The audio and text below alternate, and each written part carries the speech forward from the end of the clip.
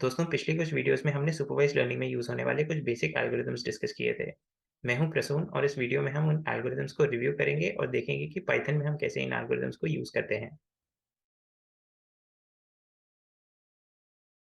पहले हमने nearest neighbour और के नियरेस्ट नेबर्स की बात करी थी। नियरेस्ट नेबर्स में हम किसी नए डेटा पॉइंट का लेबल प्रिडिक्ट करने के लिए उसे अपने डेटा सेट के हर डेटा पॉइंट के साथ कंपेयर करते हैं, और जिस डेटा पॉइंट के साथ सिमिलैरिटी सबसे ज़्यादा होती है उस डेटा पॉइंट का लेबल हम अपने नए डेटा पॉइंट के लिए प्रिडिक्ट कर देते हैं। डेटा पॉइंट्स को कंपेयर करने के लिए हम यूक्लिडियन डिस्टेंस यूज़ करते हैं।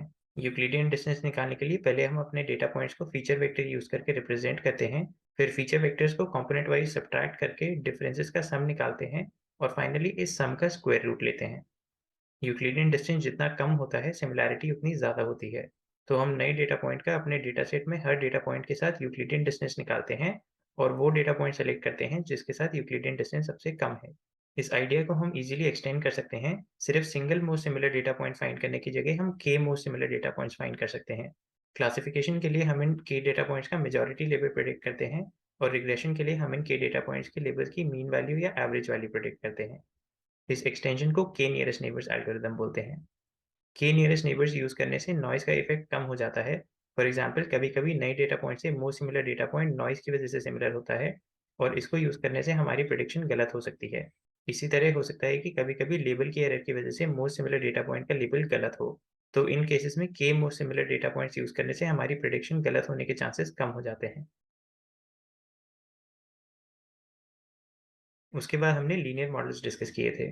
लीनियर रिग्रेशन में हम अपने डेटा को यूज़ करके एक बेस्ट फिट लाइन फाइंड करते हैं जो हमारे डेटा पॉइंट से क्लोज हो।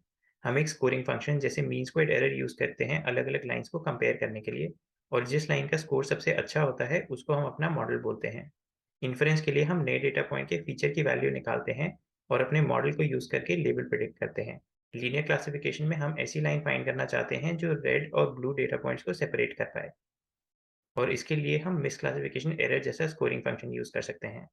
फिर नए डेटा पॉइंट का लेबल प्रिडिक्ट करने के लिए हम देखते हैं कि वो डेटा पॉइंट हमारी लाइन की कौन सी साइड पर है।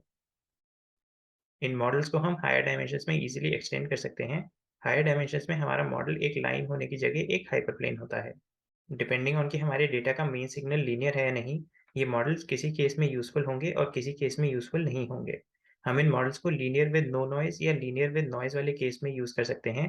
इन केसेस में बेसिकली हमारे डेटा के अंदर का मेन पैटर्न लीनियर होता है, और जो थोड़ी बहुत वेरिएशन होती है लीनियर पैटर्न से, उसको हम नॉइज़ मान के इग्नोर कर सकते हैं। लेकिन अगर हमारे डेटा के अंदर का पैटर्न लीनियर नहीं है तो हमें नॉन लीनियर मॉडल्स यूज़ करने पड़ेंगे। फाइनली हमने डिसीजन ट्रीज की बात करी थी। हम एक रूल बेस्ड एआई को डिसीजन ट्री यूज करके रिप्रेजेंट कर सकते हैं। इन्फ्रेंस करने के लिए हम रूट नोड से स्टार्ट करते हैं, और डिपेंडिंग ऑन कि हमारे डेटा पॉइंट के लिए रूट नोड वाली कंडीशन ट्रू है या नहीं, हम लेफ्ट साइड या राइट साइड जाते हैं। ऐसे करते करते हम एक लीफ नोड पे पहुंच जाते हैं, और जो लेबल इस लीफ नोड पे होता है हम वो लेबल अपने डेटा पॉइंट के लिए प्रिडिक्ट करते हैं। हम डेटा ड्रिवन अप्रोचेस में भी डिसीजन ट्रीज यूज कर सकते हैं। यहाँ हम मैन्युअली रूल्स डिफाइन करने की जगह डेटा से ट्री बनाना चाहते हैं। हम हर इंटरनल नोड पर एक बाइनरी फीचर यूज करके अपने डेटा को स्प्लिट करते हैं। क्लासिफिकेशन के केस में हम ऐसे फीचर की बेसिस पे स्प्लिट करना चाहते हैं जिससे हमारी लेफ्ट साइड और राइट साइड में लेबल्स 50-50 रेशियो से दूर हों। जब किसी नोड पर सारे रेड या सारे ब्लू डेटा पॉइंट्स होते हैं तो हम उसे लीफ नोड बना देते हैं। रिग्रेशन के केस में हम ऐसे फीचर के बेसिस पे स्प्लिट करना चाहते हैं जिससे हमारी लेफ्ट साइड और राइट साइड में लेबल्स की वेरिएंस कम हो, और जब किसी नोड पे ये वेरिएंस एक थ्रेशोल्ड से कम हो जाती है तो हम उस नोड को लीफ नोड बना देते हैं। डिसीजन ट्रीज को हम फीचर स्पेस में विजुअलाइज कर सकते हैं।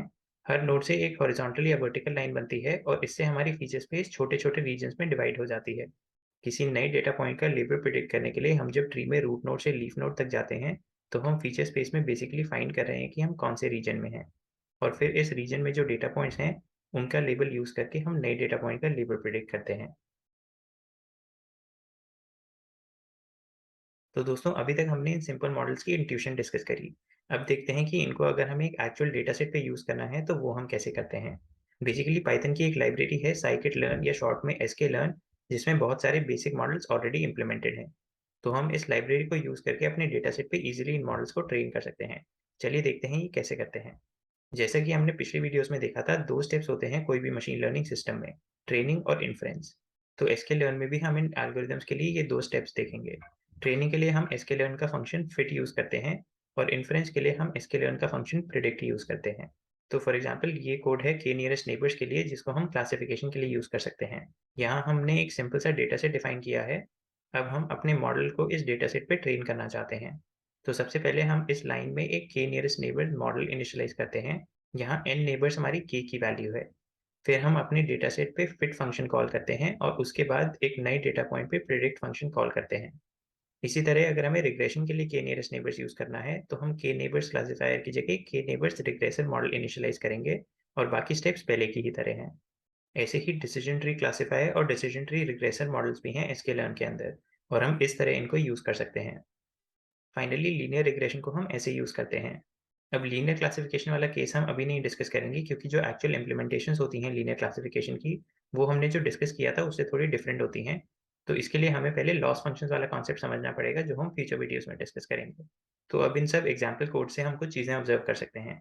पहले तो हमारे कोड का बेसिक स्ट्रक्चर सेम ही है, मॉडल ट्रेनिंग और फिर इन्फ्रेंस। ट्रेनिंग के लिए हम लेबल डेटा यूज़ करते हैं। इसके लिए हम x और y दोनों फिट फंक्शन को पास करते हैं। x में हमारे डेटा पॉइंट्स के फीचर्स की वैल्यूज़ होती हैं और y में हमारे लेबल्स की वैल्यूज़ होती हैं। प्रिडिक्ट में हम सिर्फ x या फीचर्स की वैल्यूज़ पास करते हैं और हमारा मॉडल लेबल्स प्रिडिक्ट करता है। हमने k नियरेस्ट नेबर्स वाली वीडियो में देखा था कि उस एल्गोरिथम में एक्चुअली ट्रेनिंग का स्टेप होता ही नहीं है। तो अगर हम अपने k नियरेस्ट नेबर्स वाले कोड में से फिट फंक्शन वाली लाइन को रिमूव भी कर देते हैं, तो भी ये वर्क करेगा। एक और इम्पोर्टेंट पॉइंट है यहाँ, जब हम अपने मॉडल को इनिशियलाइज़ करते हैं, तो k नियरेस्ट नेबर्स वाले केस में हम k की वैल्यू पास करते हैं और बाकी मॉडल्स में हम कोई वैल्यू पास नहीं करते। यहाँ बहुत सारी ऑप्शनल वैल्यूज़ होती हैं, जो हम पास करके अपने मॉडल के ट्रेनिंग और इन्फ्रेंस के प्रोसेस को कंट्रोल कर सकते हैं। हम फ्यूचर वीडियोज़ में जब एडवांस कॉन्सेप्ट्स डिस्कस करेंगे, तब ये सब ऑप्शनल वैल्यूज़ का मतलब समझना ईज़ी होगा। इन सब मॉडल्स की डॉक्यूमेंटेशन वाले पेजेज़ जिनमें ये एग्ज़ाम्पल्स हैं, आपको वीडियो के डिस्क्रिप्शन में मिल जाएँगे। तो दोस्तों, इसी के साथ हमारे बेसिक एल्गोरिथम्स वाला सेगमेंट खत्म होता है। अब आने वाली वीडियोज़ में हम कुछ एडवांस कॉन्सेप्ट्स डिस्कस करेंगे। अगर आपको ये वीडियो पसंद आई, तो इसे लाइक और शेयर ज़रूर कीजिए और चैनल को सब्सक्राइब करना मत भूलिए।